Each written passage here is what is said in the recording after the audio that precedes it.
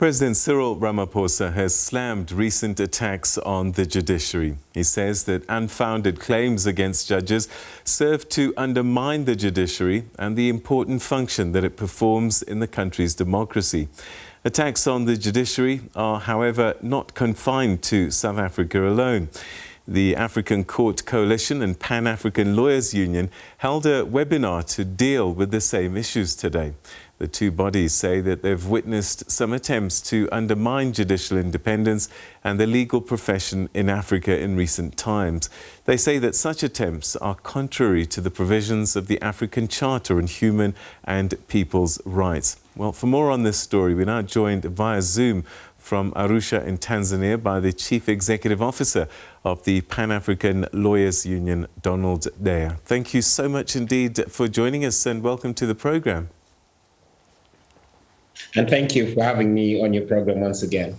All right, take us through why this webinar and this discussion is so important. What really inspired it? The idea of the principle of an independent judiciary that arrives at decisions impartially based on the evidence and on the law is an idea that's under attack in a lot of Africa right now.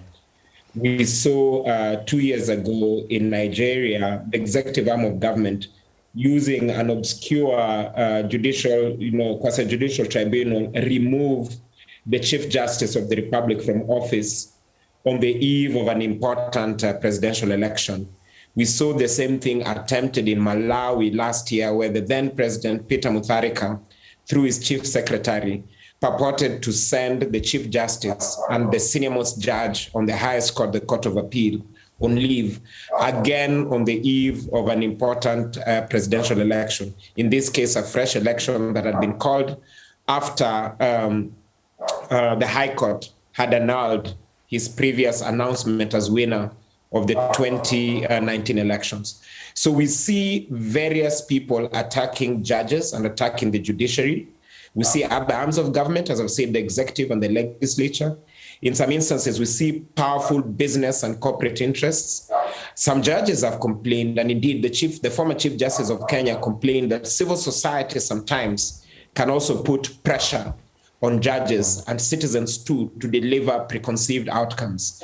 So we really need to, in terms of defending our rule of law across the continent, defend the principle of judicial independence so that judges make decisions based on the facts and the evidence and the law before them and not extraneous considerations.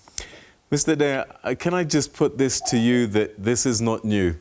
This has been with us since time immemorial. In fact, I might even suggest that there have been darker days where dictatorships were common order.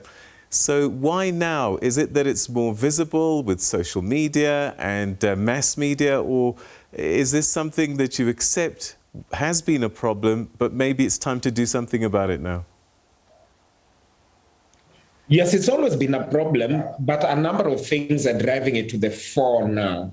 One is the people of Africa themselves. We're seeing our people, especially our young people, demanding systems at work. They want government that works.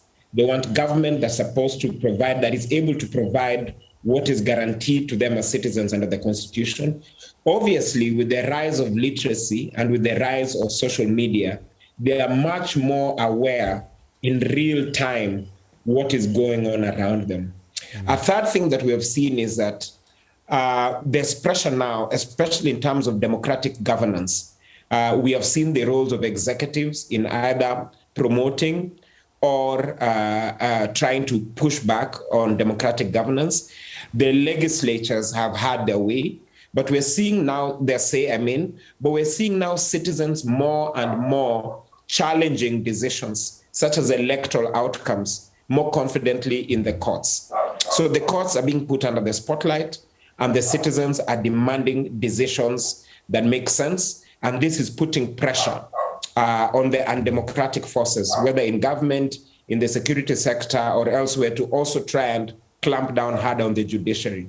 So it's actually a contest of wits. And at the heart of it is the people, especially the young people, and they're demanding more and better. It must be a concern for you that we still have some authoritarian regimes on the continent where I'm not sure whether the judges judge in fear and support the government, or they're just complicit. Yes, that indeed is the case. And we've seen in countries where A, on the one hand, violence has broken out, or B, on the other hand, popular movements have taken up. It is when they gave the judiciary a chance to resolve the matter freely and fairly in accordance with the law, and they didn't see that happen. When they lose faith in the judiciary as an impartial arbiter, then they take matters into their hands. So, for instance, in Kenya, when it had its post-election crisis in 2007, early 2008, the citizens and the political opposition said, we don't trust the courts to resolve the electoral dispute, and violence broke out. And luckily, in that instance, the African Union was able to come in and appoint an eminent panel led by the late His Excellency Kofi Annan, Graça Machel Mandela, and Benjamin William Mkapa, retired president of Tanzania, to using African Union law, broke a deal. If you look at literally what we call the North African Spring, and you look as recently as Sudan 2 years ago, when citizens lose faith in impartial arbitration, they then take to the streets in big numbers, which of course is the democratic rights to do, or they take to the gun and further destabilize our continent.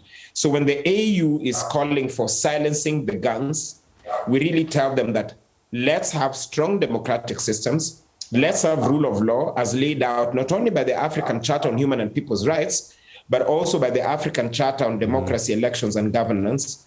And that is the only antidote we will have against another wave of breakdown of law and order, of rule of law, and of peace and security.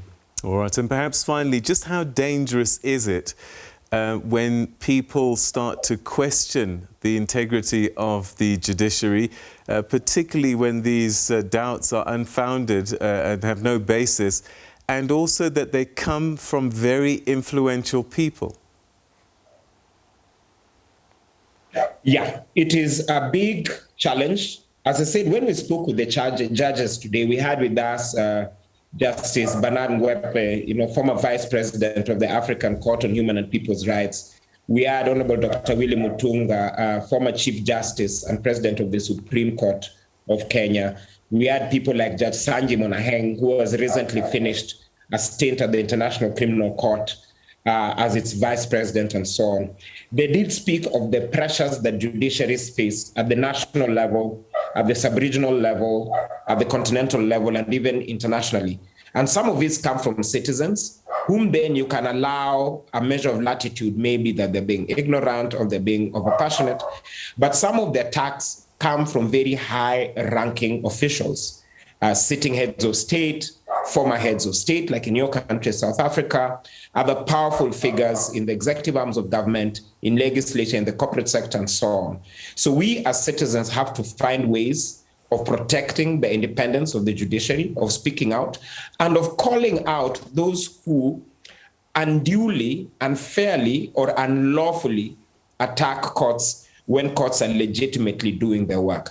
Of course, there's scope for legitimate criticism of decisions of judges, of courts, or of trends of courts. And that we know how to do that. There's proper decorum with which you can attack a decision if you don't like it, or trends in the court. So that's one thing, and that's part of freedom of expression. And in fact, is important in terms of a democratic growth. But also, one is able to perceive when there are unfair attacks on the courts, and people such as law societies, bar associations, and also academia, universities, especially schools of law, schools of political science, need to be much more rigorous and robust in protecting judicial independence, because it's not the judges per se that we are protecting. It's our system of rule of law that we are protecting. It's the rights of every woman and man, girl and boy, especially the weak and powerless, to a system of protection for them that we're fighting for. Mr. Deya, we're going to leave it there. Thank you so much indeed for sharing your thoughts with us today on this very, very important subject. Thank you.